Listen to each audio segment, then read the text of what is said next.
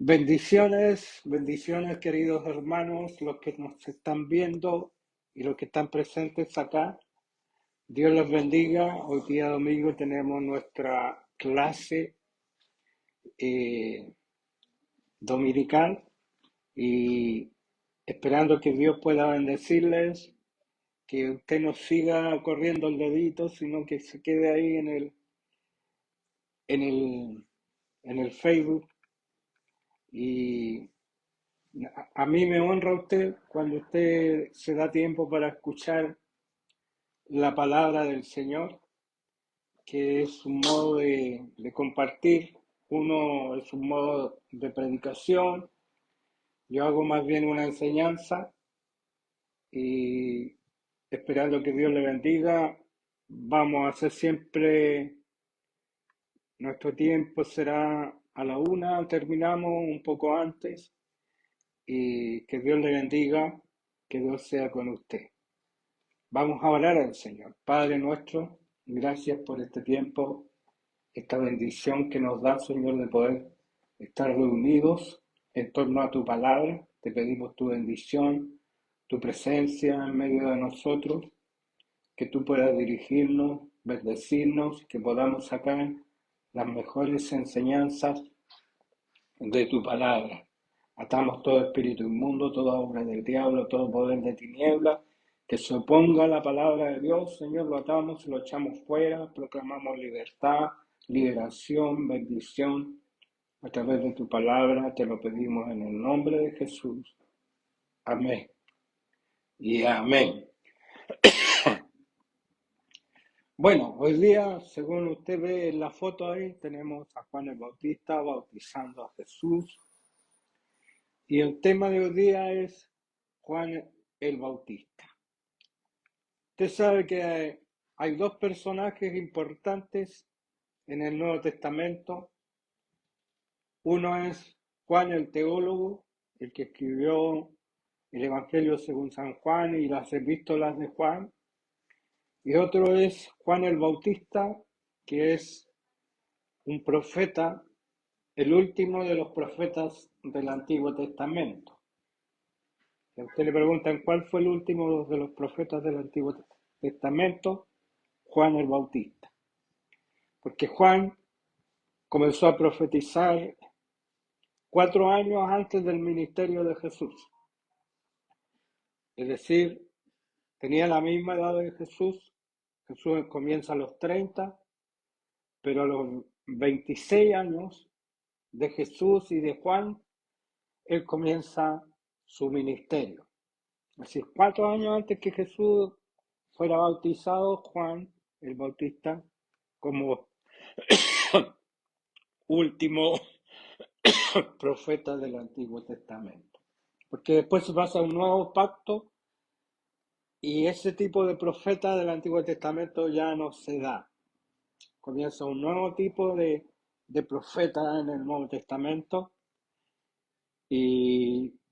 pero el profeta estilo Antiguo Testamento termina ahí cuando Jesús muere en la cruz, cuando en el Pentecostés, y comienza el ministerio de la iglesia, que tiene dentro de los dones el don de profecía o el ministerio de profeta. Y yo creo que los dones y los ministerios no caducan, sino que siguen vigentes hasta el día de hoy, y eso es lo que cree la Iglesia de Dios. Hay algo más discutible con respecto a los apóstoles y que el apostolado es algo que está ahí en veremos, porque muchos lo han usado mal, pero yo creo que está vigente, especialmente en esos lugares donde está prohibido el Evangelio. Dios ha levantado a verdaderos apóstoles, porque el mismo Jesús los ha llamado, el mismo Jesús se les ha aparecido. Algunos eran maestros en el Islam y Dios les ha aparecido, se les ha revelado a Jesús. Con el nombre de Jesús se han convertido y han sido llenos del Espíritu Santo y están haciendo una tremenda labor en esos países donde ser cristiano significa la muerte. Pero continuando con Juan el Bautista, sabemos que Juan el Bautista fue el más grande de los profetas del Antiguo Testamento, por propia boca de Jesús. Él dijo que no se ha levantado otro profeta con Juan, eh, y que es el más grande de todos los profetas que ha habido. Ahí nomás déjeme la... Gracias. Bueno, yo eh, prediqué acerca de Lucas capítulo 1 y tomé algunas partes, pero a mí me quedó dando vuelta la parte donde dice, vamos a verlo aquí, en Lucas 1, versículo 15. Dice, porque será grande delante de Dios. ¿Qué significa ser grande delante de Dios? Imagínense que Dios considera a alguien grande.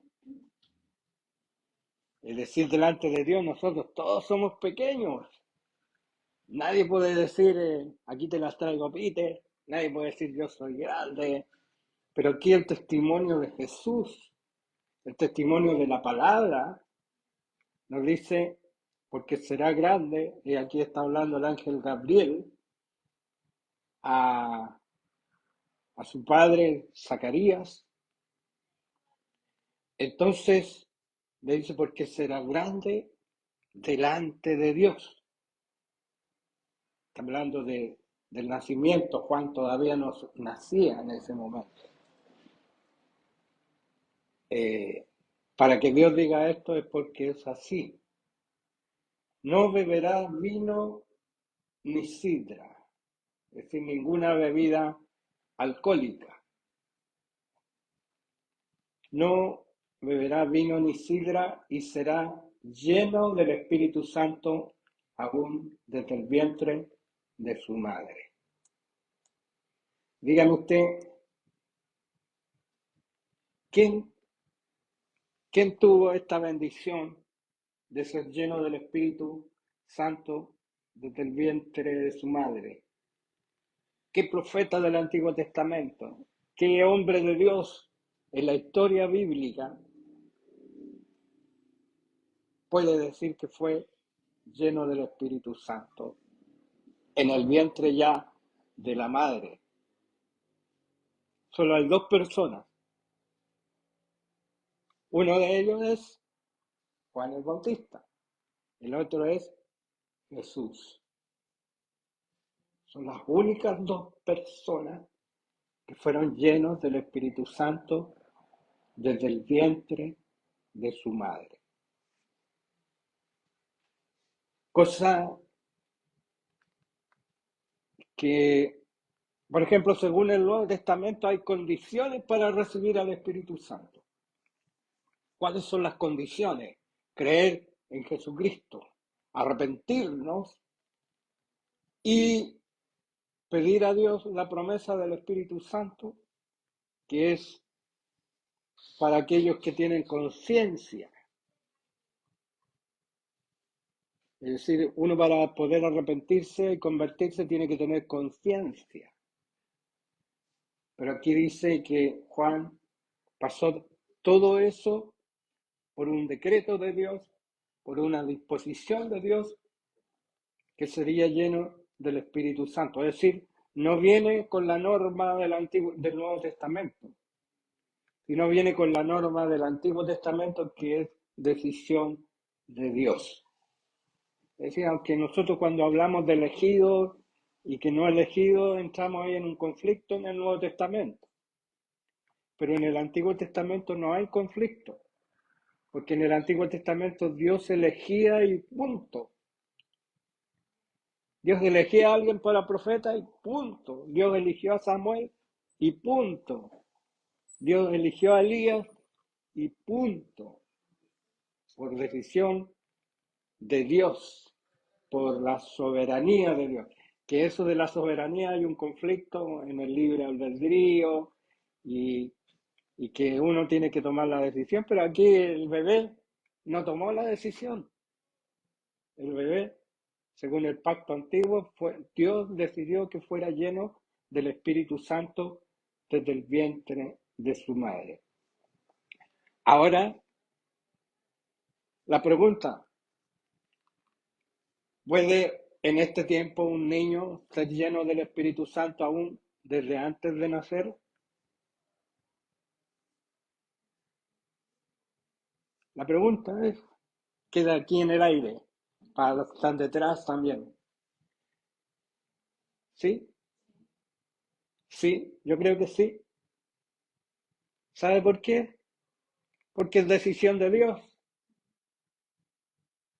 Si Dios decida que alguien sea lleno del Espíritu Santo desde el vientre de su madre, Dios lo decide. Es decisión de Dios cuando Él tiene un propósito especial con alguien. Ahora, las madres, las que son madres, las que están incubando un bebé dentro de su vientre, también pueden pedir a Dios que su hijo sea lleno del Espíritu Santo desde antes de nacer. ¿Por qué? Aquí dice que cuando se juntó María con Elizabeth, la madre de Juan, dice que el niño, que era Juan el Bautista, que estaba en el vientre, saltó, es decir, fue conmovido al oír la voz de la madre de Jesús y la presencia de Jesús, que el niño saltó. Es decir, el primer profeta o la primera persona que reconoció a Jesús fue un bebé en el vientre de su madre. Para los que quieren asesinar a los bebés con el aborto, los bebés ya pueden experimentar la presencia de Dios, ya son personas, ya pueden discernir en el espíritu, en su espíritu, a Jesús, como lo hizo Juan el Bautista. Entonces, cuando usted le dice, Juan el Bautista fue el primero que reconoció a Jesús, probablemente el primero o la primera persona fue su madre, María, que ella había recibido la palabra del ángel Gabriel, de que él era el Mesías, de que él era el enviado, que era el Hijo de Dios. Pero ella lo recibió externamente en ese momento, cuando recibió la palabra del ángel Gabriel. Pero Juan lo recibió en su espíritu, siendo un feto, como diríamos hoy día, siendo un embrión. Y ahí vemos que en ese momento, cuando se produce ese contacto, dice que María fue llena del Espíritu Santo en ese momento. ¿Qué se entiende por llena? Porque recibió una manifestación del Espíritu Santo aún en el antiguo pacto, porque el Espíritu Santo se manifestaba en el antiguo pacto. Ellos estaban en el antiguo pacto. Por ejemplo, ¿qué ejemplos tenemos de personas que fueron llenos o que recibieron el Espíritu Santo? Por ejemplo, en Éxodo 31:3 está Bezaleel y otro hermano más que Dios le dio la gracia, vino el espíritu de sabiduría para hacer cosas en oro, plata, para proyectar, para ser artífices de lo que había en el tabernáculo de Dios, porque fue hecho con una magnificencia, el altar, los querubines de oro, eh, la, todos los adornos del templo que eran de oro fueron hechos por ellos. Entonces dice que el Espíritu Santo los llenó, y los tocó y reposó sobre ellos. Sansón, dice que el Espíritu venía sobre Sansón y desarrollaba una fuerza sobrenatural. El caso que vemos que cuando él pierde esa gracia, cuando se pone a jugar con Dios y con el diablo, y empieza a vivir una vida impía, y a fornicar con Dalila, y ahí la Dalila como que trata después de sacarle la verdad de su fuerza, y él jugaba con ella hasta que dijo y le cortaron el pelo y perdió toda la fuerza. Pero venía el Espíritu de Dios sobre él. Eso está en Jueces 14:6. Saúl dice que en un momento también recibió la manifestación del Espíritu Santo y empezó a profetizar en medio del pueblo de Israel. Josué también nos indica la palabra que él recibió el Espíritu de Dios para ser el continuador de Moisés, en Números 27:18. Los 70 ancianos, cuando vino el Espíritu en el pueblo de Israel y Moisés denominó 70 varones, dice que el Espíritu de Dios vino sobre ellos en Números 11:17-25. Y José recibió del Espíritu de Dios para tener sabiduría en todo lo que Dios le dio a él en Génesis 41:38.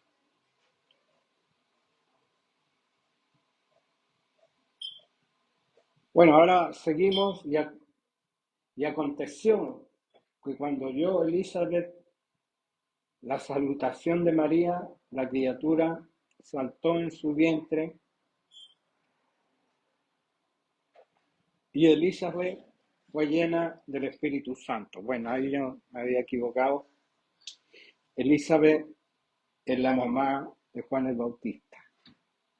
Todos nosotros podemos ser llenos del Espíritu Santo, los que hemos creído en Dios. Pero aquí tenemos una manifestación sobrenatural del Espíritu de Dios sobre Juan.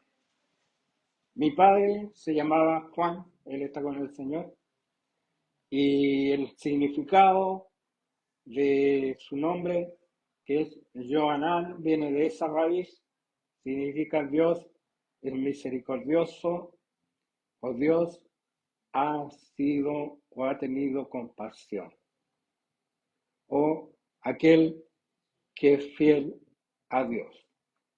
Entonces, cuando ustedes le pregunten, o conozca a alguien que se llama Juan, quiere decir Dios es misericordioso. Eso significa el nombre Juan. Así que si usted se llama Juan, ese nombre significa Dios es misericordioso.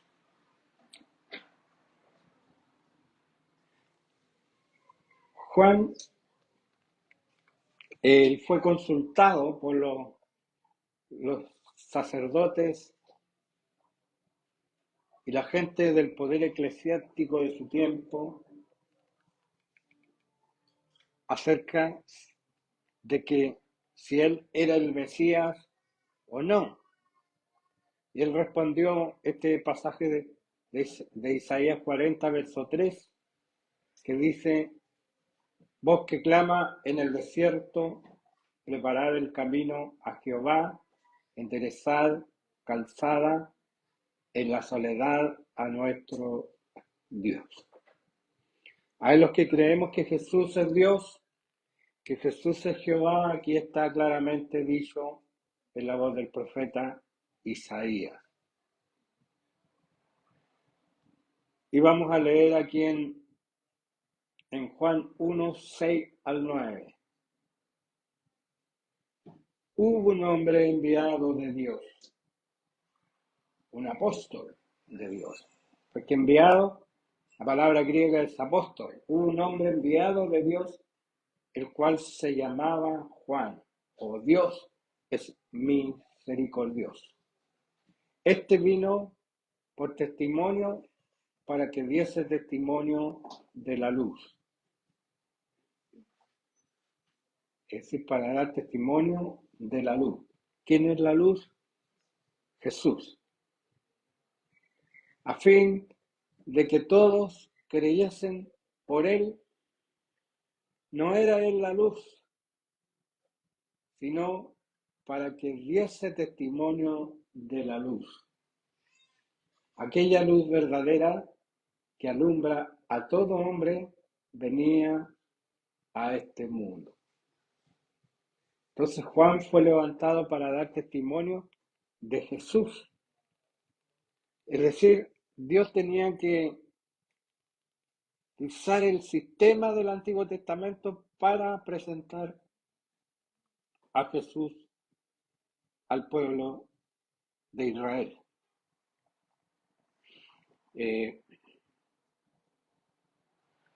Este fue la piedra de tropiezo para los fariseos, para los saduceos, para los sacerdotes, para los escribas de ese tiempo. Porque todos reconocían que Juan era profeta. Pero cuando llegó el momento que Juan empezó a hablar que Jesús era el Cristo, era el Mesías, el Hijo de Dios, como que ellos no podían refutar la voz de un profeta genuino de Dios, porque Dios quiso que ese testimonio fuera dado a el pueblo de Israel. Entonces, vemos aquí que Él venía para dar testimonio de la luz, para preparar el camino al Mesías. Como un vocero, como un heraldo, porque los heraldos en esos tiempos decían, ¡Hey, aquí viene el rey! ¡Salid a recibir al rey! Algo así proclamaba un heraldo. Entonces Juan, como apóstol o profeta de Dios, vino, siéntate ahí, hijo, porque me distraen mucho, siéntate acá, por favor.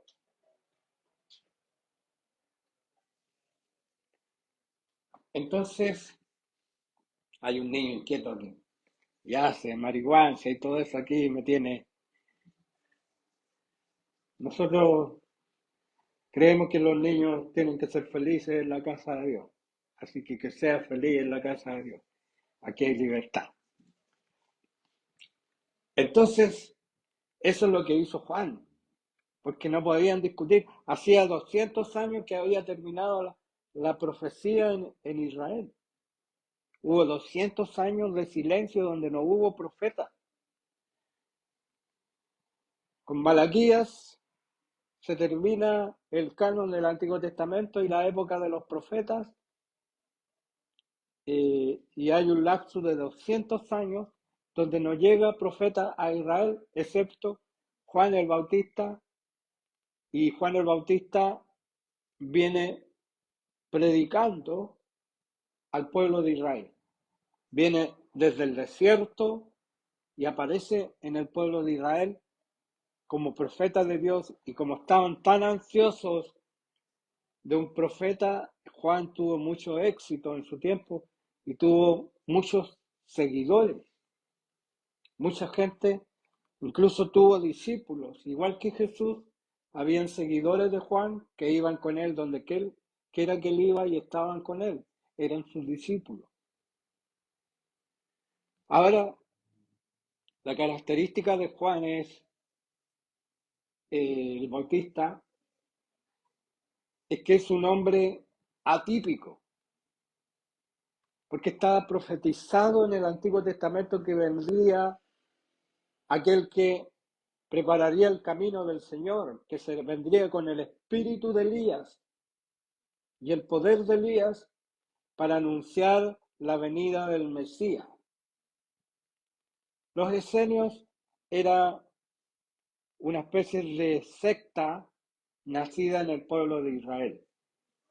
Una secta que ellos, más o menos 200 años antes de Jesús, ellos aparecen y tienen un celo por Dios, por la pureza espiritual, buscan la santidad, se visten de ropas blancas, viven apartados y no tienen comunión con el resto del pueblo de Israel. Ellos practicaban el bautismo y practicaban la purificación espiritual a través del bautismo, abluciones, o se sumergían en agua para irse purificando.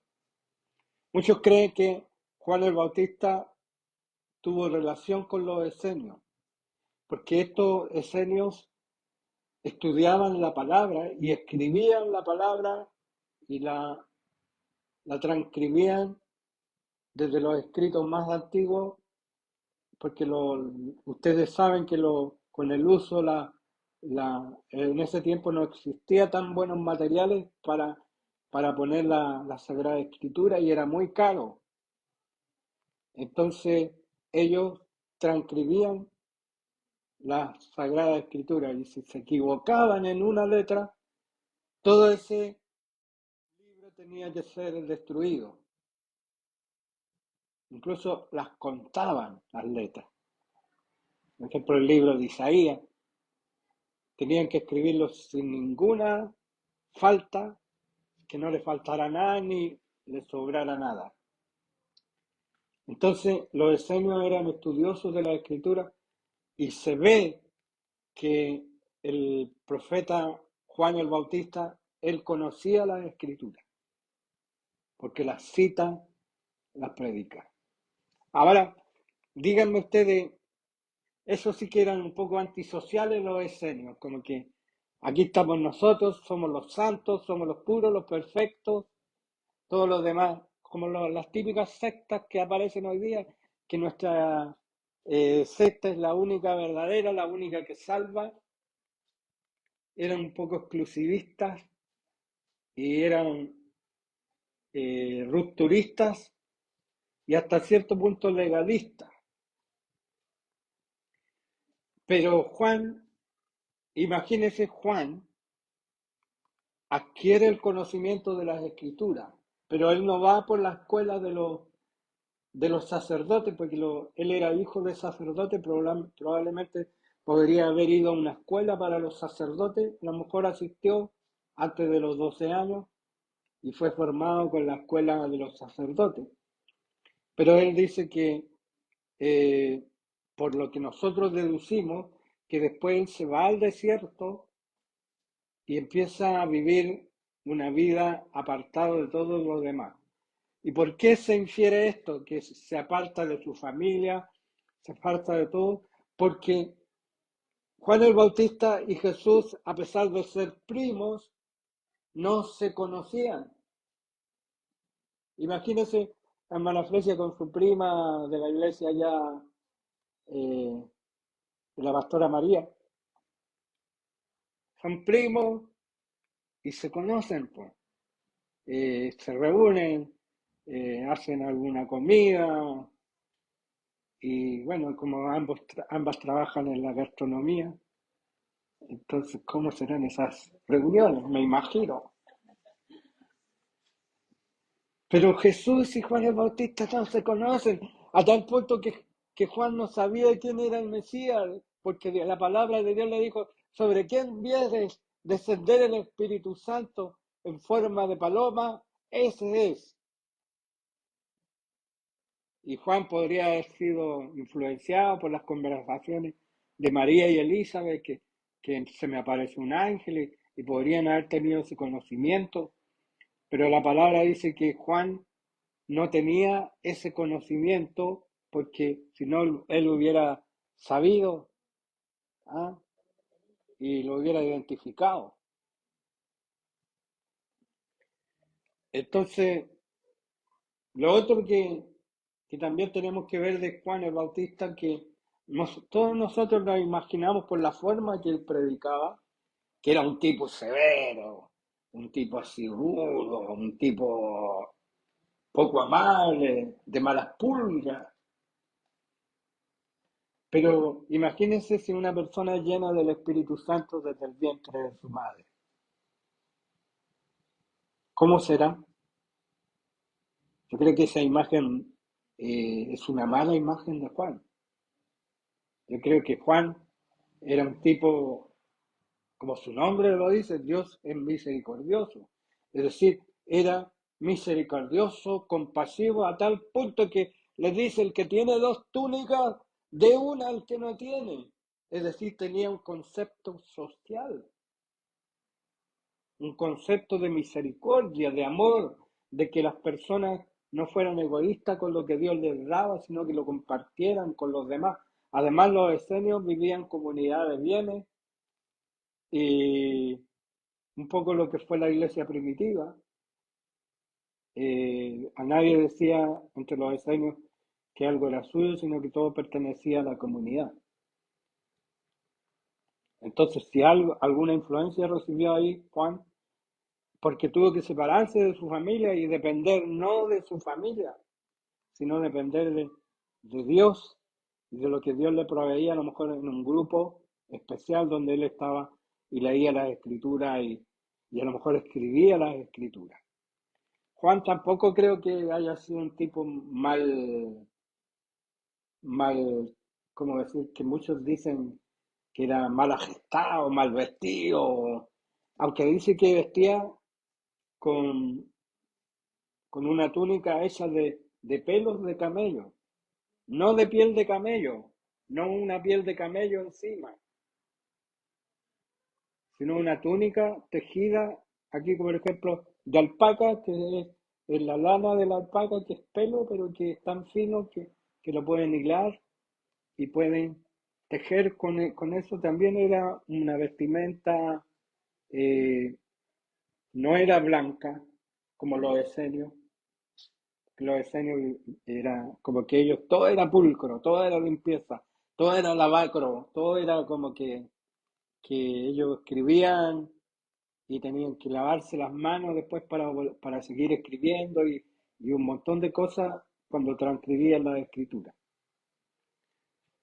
Entonces era una cultura que exacerbaba la limpieza, la pureza, los lavacros, pero Juan estaba en el desierto y vestía una túnica distinta a la de los esenios, que implicaba un, un voto de pobreza, pero no de indecencia, ¿me entiendes? Sino de más de pobreza, porque él en el fondo fue austero. Dice que comía langostas y miel silvestre, pero eh, muchos dan a entender que era un pan con miel, la miel que él se servía. Y la langosta, sabemos que en ese tiempo habían hartas langostas, habían plagas de langostas, porque no es la langosta que comen ahí en las islas del sur de Chile, que es un plato exquisito y carísimo. Eran langostas del campo. Eh, Porque el único mar que tenía cerca era el Mar Muerto. Y el Mar Muerto no da nada. Es un mar salado que ni peces tiene. Entonces probablemente eran langostas esas de color verde que saltan cuando llegan. Los que van al sur, a los niños les gusta atrapar langostas. Y van con las manitos y saltan. Y a veces la atrapan y a veces no. Salta la langosta. Entonces era un tipo austero. Los esenios practicaban la austeridad en la alimentación, comían cada 16 horas, es decir, practicaban un ayuno intermedio.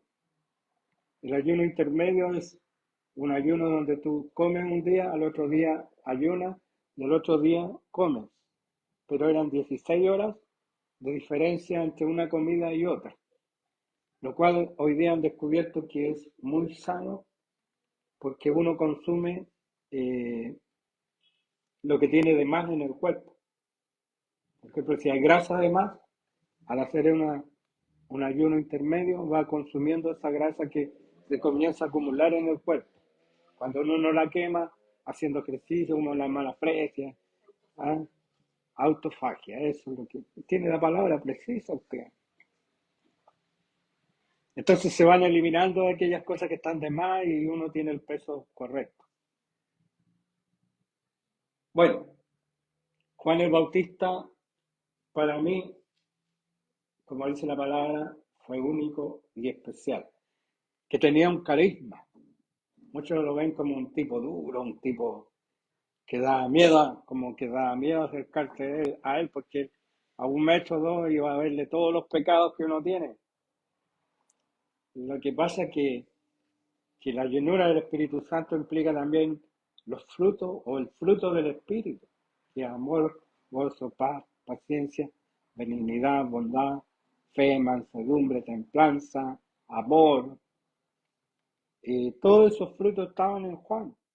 Entonces, hoy día es muy mal juzgado y a veces algunos profetas que vemos hoy día que se creen Juan el Bautista y empiezan a retar al entrar allá en el Congreso de Valparaíso. Hay uno que se cree como Juan el Bautista, lo único que hace es insultarlo. Y por eso que después ellos adquieren una adversión pensando que todos los evangélicos son iguales. Bueno, uno puede decir la verdad, aunque él decía generación de víboras o les habló así duro y reprendió a Herodes en ese tiempo, pero es una parte. ¿Usted sería discípulo de alguien que es arisco, regañón, que tiene mal carácter, ¿ah? Que solamente se anduviera fijando en sus pecados y sus debilidades?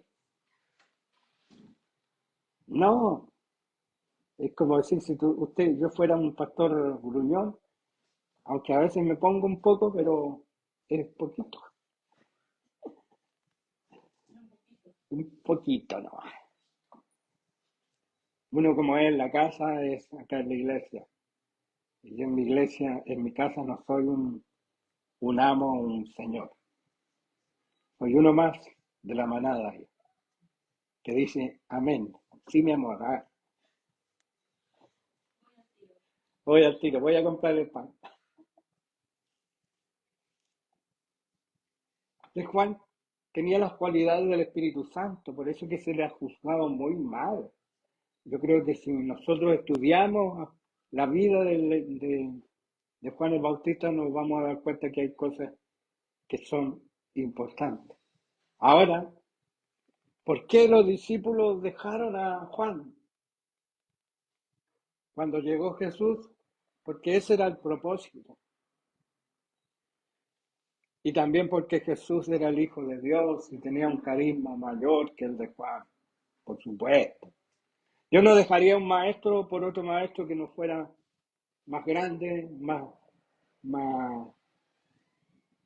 con cualidades más maravillosas de parte de Dios. ¿No es cierto?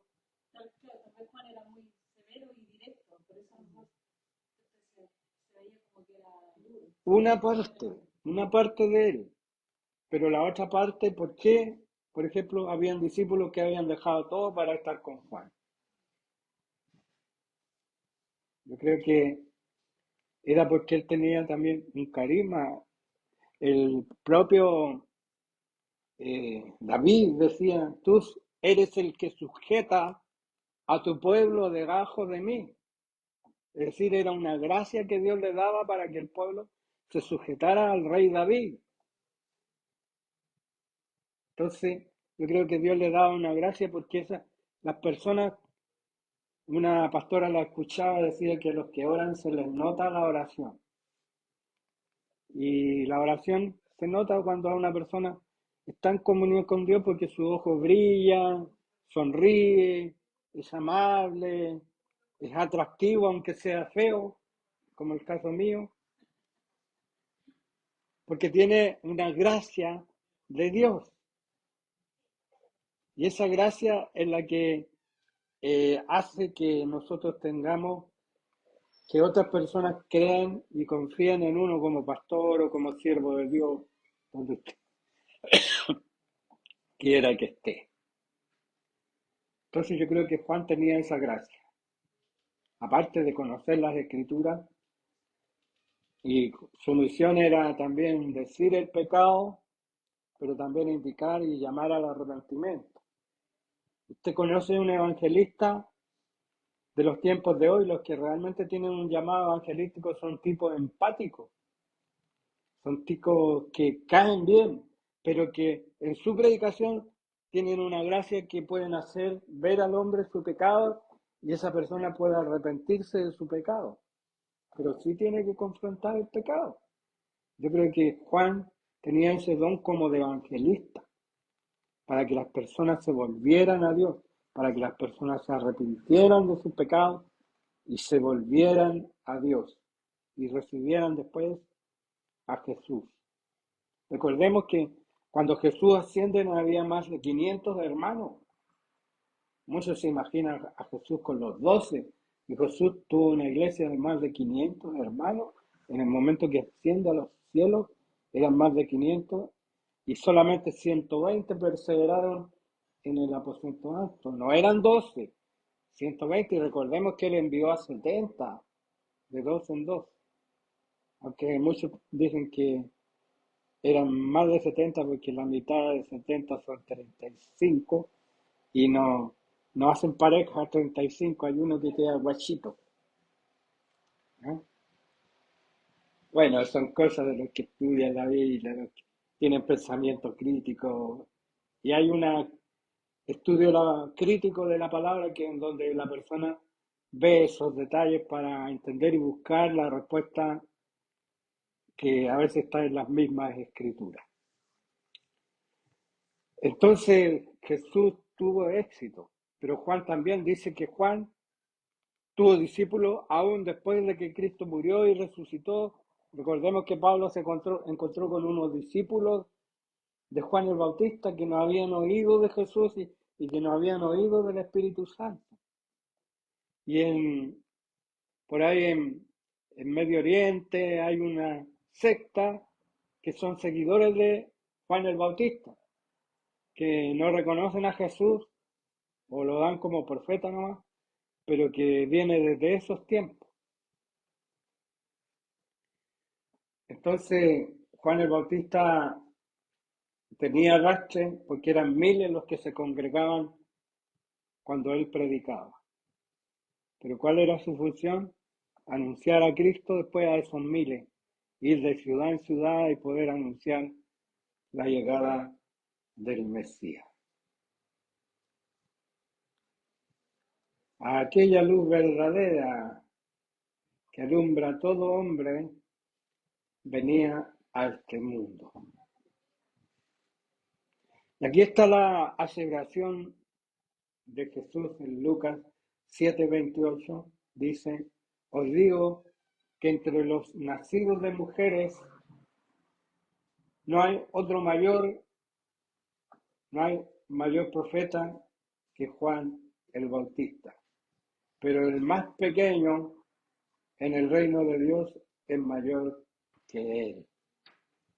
¿Cómo lo interpretamos esto?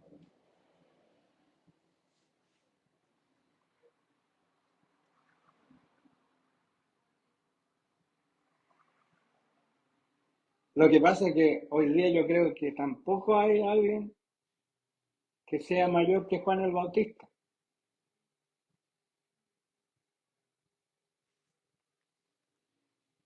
Pero dice en el reino de Dios. ¿Dónde? Cuando se manifieste plenamente el reino de Dios. Pero mientras estamos acá, claro, sí.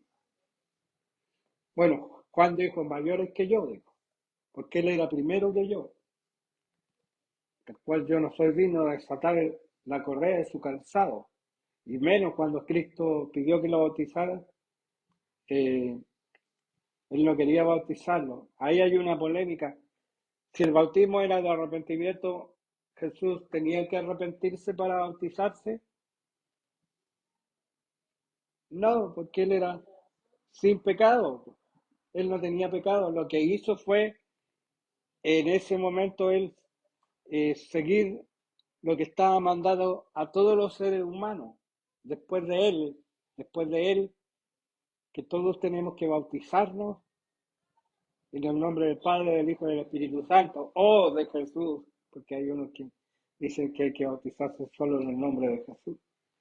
Bueno, allá usted, yo creo que ellos han recibido el Espíritu Santo y también nosotros. Así que el Señor no polemiza sobre eso porque a ambos nos ha dado el Espíritu Santo.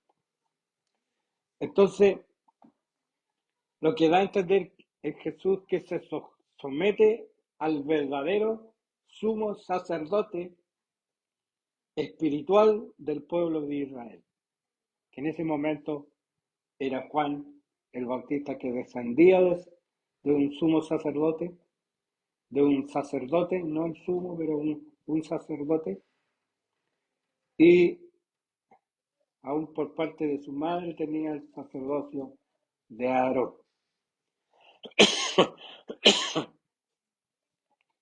Entonces, hoy día, ¿cómo podemos hacer un paralelo para él? Un paralelo para el tiempo de hoy. ¿Qué lección podemos sacar? Que a veces hay una estructura orgánica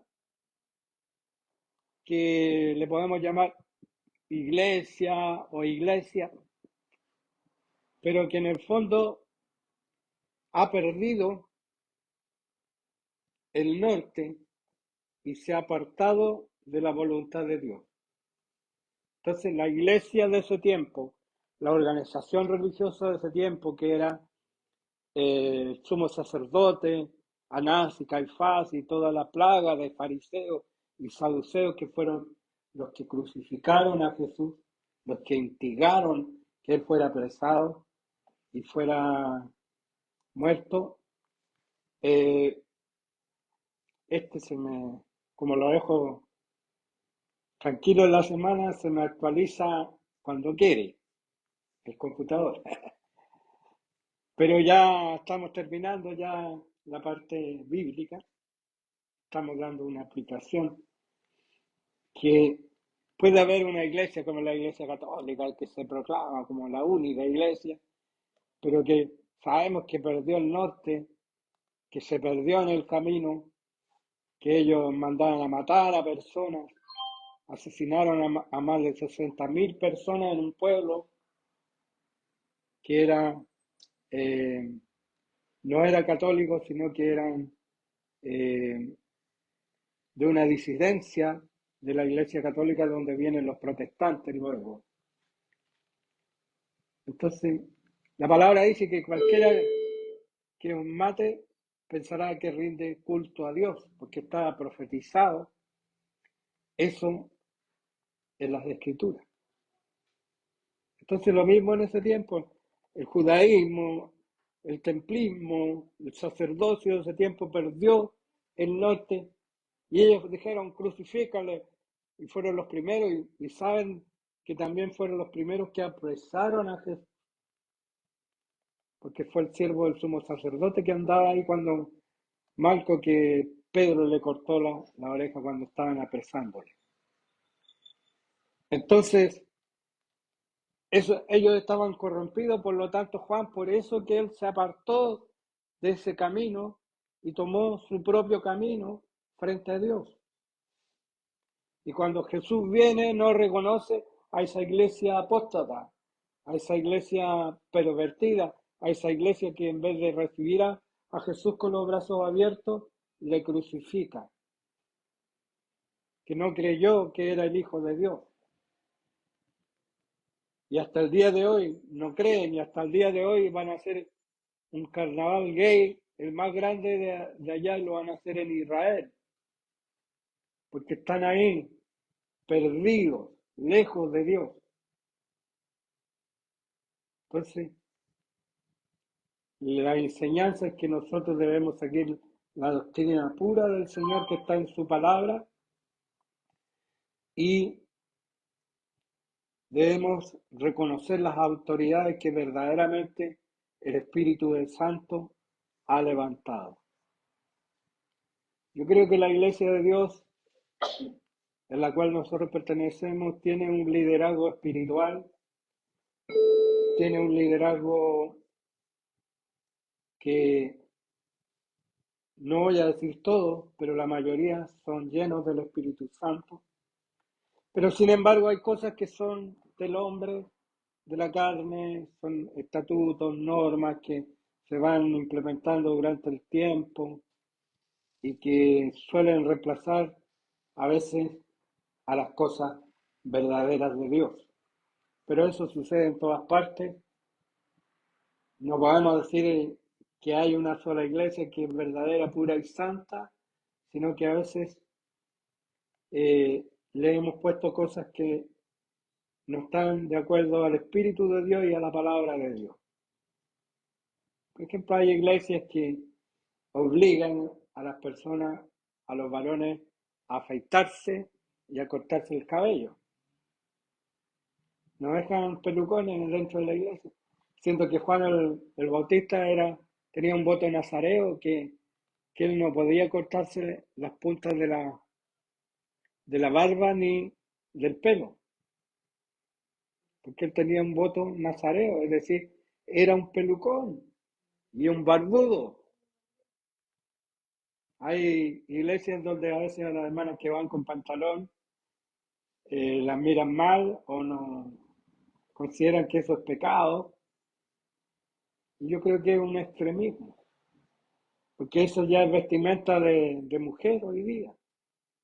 El tiempo que se dio esa orden en el Antiguo Testamento era para impedir el travestismo, que era como vestirse con ropa de mujer.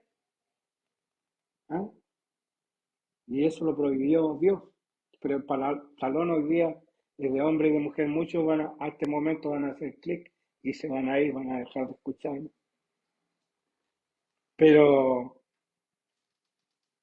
bueno, la ropa debe ser no insinuar, no ser seductora, los escotes, cuidar, no con alhaja excesiva, como para decir yo tengo dinero, llenarme los dedos de anillos de oro, no ostentoso, sino con simplicidad. ¿Sabes que los que son más ricos visten más sencillo que los que quieren ostentar? Por ejemplo, un Elon Musk o el dueño de Microsoft, ellos visten muy sencillo. Cuando tienen que vestir de gala, bueno, se ponen de gala, pero en el común visten muy sencillo, porque ellos no necesitan decir tengo plata, porque la tienen. ¿Ah? Decía uno que usted cuando haya una reunión de empresarios, fíjese el que anda más sencillo vestido, el empresario más importante. ¿Y por qué? Porque ese no necesita delante de los demás. Los demás tienen que darle venia a él. Él no necesita darle venia a nadie. Entonces le decía, si tú quieres hacer buenos negocios, acércate a ese que se viste más sencillo, el que más dinero tiene o el que más empresas tiene. Entonces, mis hermanos, a veces nosotros ponemos estatutos de hombre como si fueran mandatos de Dios. Ahora, es cierto que Pablo dijo que las mujeres tenían que usar velo, pero eso era algo circunstancial de ese tiempo, porque las mujeres prostitutas de ese tiempo, de Corinto y de Éfeso, eran, se cortaban el cabello para decir que eran prostitutas. Entonces, eso no cae hoy día.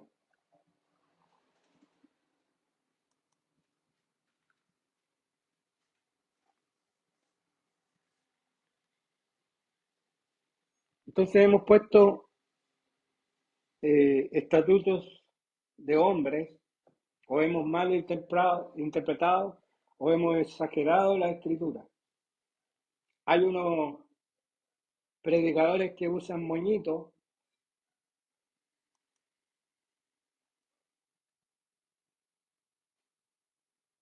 y muchos pentecostales pete no los quieren escuchar. Y yo creo que existe el voto nazareo hoy día, de personas que han hecho un voto delante de Dios de no cortarse el cabello para tener presente siempre la santidad de Jehová sobre sus vidas. cosas que ustedes no saben, pero que esos predicadores han hecho un voto delante de Dios de santidad y lo han hecho a través de su cabello. Eh, bueno, hay muchas cosas que usted no sabe, pero si usted investiga va a encontrar cosas así.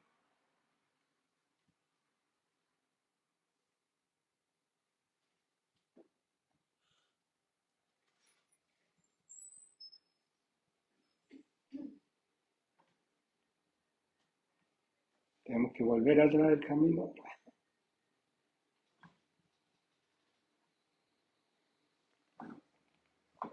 Ahora, eh, aplicación. ¿Cómo aplicamos esta palabra? En primer lugar, la palabra de Dios es certera, pero hay cosas que en el Antiguo Testamento caducaron, porque vino un nuevo pacto que hizo caducar cosas del antiguo pacto. Por ejemplo, el sacrificio, eh, la ley de hijo que fuera contumaz y rebelde lo podían apedrear y matar. Leyes, por ejemplo, que eran exclusivas del pueblo de Israel, como el diezmo, y aunque dicen muchos que el diezmo era antes, pero como estatuto fue dado al pueblo de Israel. En el cristianismo actual nosotros hemos adoptado el diezmo porque nuestra iglesia decidió, nuestra denominación, adoptar el diezmo como forma de financiamiento. Porque el diezmo aparece en el siglo XVIII, recién en la iglesia. Antes ninguna iglesia, ya sea católica o de movimientos paralelos, practicó el diezmo, excepto desde el siglo XVIII en adelante, con el pentecostalismo, que viene el diezmo como una forma de financiar la iglesia, pero no como una forma eh, de que, porque el Antiguo Testamento lo exige, vosotros me habéis robado, porque me habéis, es decir, no hay diezmado. No, eso ya no corre, porque dice que el nuevo pacto quedó atrás, pero viene un nuevo pacto y en este nuevo pacto está ratificada la ofrenda. Y el diezmo es un modo de ofrenda, es un parámetro, es una ofrenda dada a Dios. Que como el ser humano tiende a ser amarrete, muchas veces algunos creen que dar a Dios solamente el billete más pequeño del bolsillo, cuando Dios dice que tenemos que dar lo mejor. Hay un pastor que practica que él a donde va siempre ofrenda el billete más grande que tiene en el bolsillo. Si es uno de 20, ofrenda 20. Yo practico eso cuando salimos en caravana o en misión. Si no, quedaría completamente desfinanciado acá en Santiago, porque mi iglesia es una iglesia pequeña, muy pequeña, más de lo que usted cree, hermano. Somos 10 adultos y 30 niños con los cuales nosotros trabajamos. Y en la escuela de fútbol y en la escuela de música. Pero la Biblia sigue vigente, la ley ceremonial fue abolida, solo queda la ley moral. Y esa ley moral está en los 10 mandamientos. Y nosotros guardamos el domingo porque es el día del Señor. Y la iglesia primitiva así lo hizo. Y hay evidencia escritural de eso e histórica en Flavio Josefo y, y en otros, incluso en los escritos paralelos que hay, como eh, eh, hay la Didache que le dicen, y otros escritos en donde indican que el día que se guardaba la iglesia era el día domingo. ¿Ah? En el credo de los apóstoles, por ahí escritos que no son escriturales, pero son paralelos. Bueno, ya ha llegado la hora y lo otro, usted busque la voluntad de Dios, sea, sea congruente con la voluntad de Dios, porque a veces usted tiene personas que le están enseñando no la verdad, no la palabra de Dios, sino estatutos y reglas de hombre. Aleluya. Vamos a orar. Padre nuestro, gracias por esta palabra, por esta bendición que nos das. Bendícela, Padre, si en algo no coincidimos, lo más importante es considerar que si algo no implica salvación, no debemos preocuparnos. Señor, en cuanto al bautismo de niños, Señor, usted abolió la circuncisión, que era parte de la ley ceremonial de Israel. Ahora existe la circuncisión del corazón, que viene a través de la sangre de nuestro Señor Jesucristo. Todo lo del Antiguo Testamento es sombra de aquello que vendría a través de Jesús y lo que un día se manifestará cuando el reino de Dios se manifieste plenamente. Gracias por tu palabra, en el nombre de Jesús. Amén y amén. Comparta esta palabra, bendiga a otros, que Dios le bendiga.